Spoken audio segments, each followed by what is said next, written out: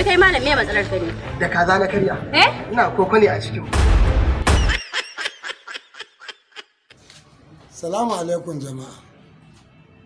Maza da mata, manya da yara. Albishirinku ga dama ta samu.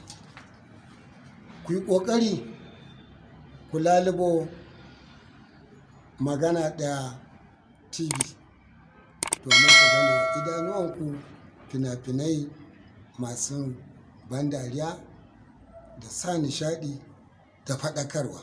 Haka kuma bai tsaya iya nan ba, zai ku ringa ganin waƙoƙi masu ratsa zukata, sannan kuma ga wani sabon series da suke so su ringa fito muku da shi a duk sati mai suna Hujjata.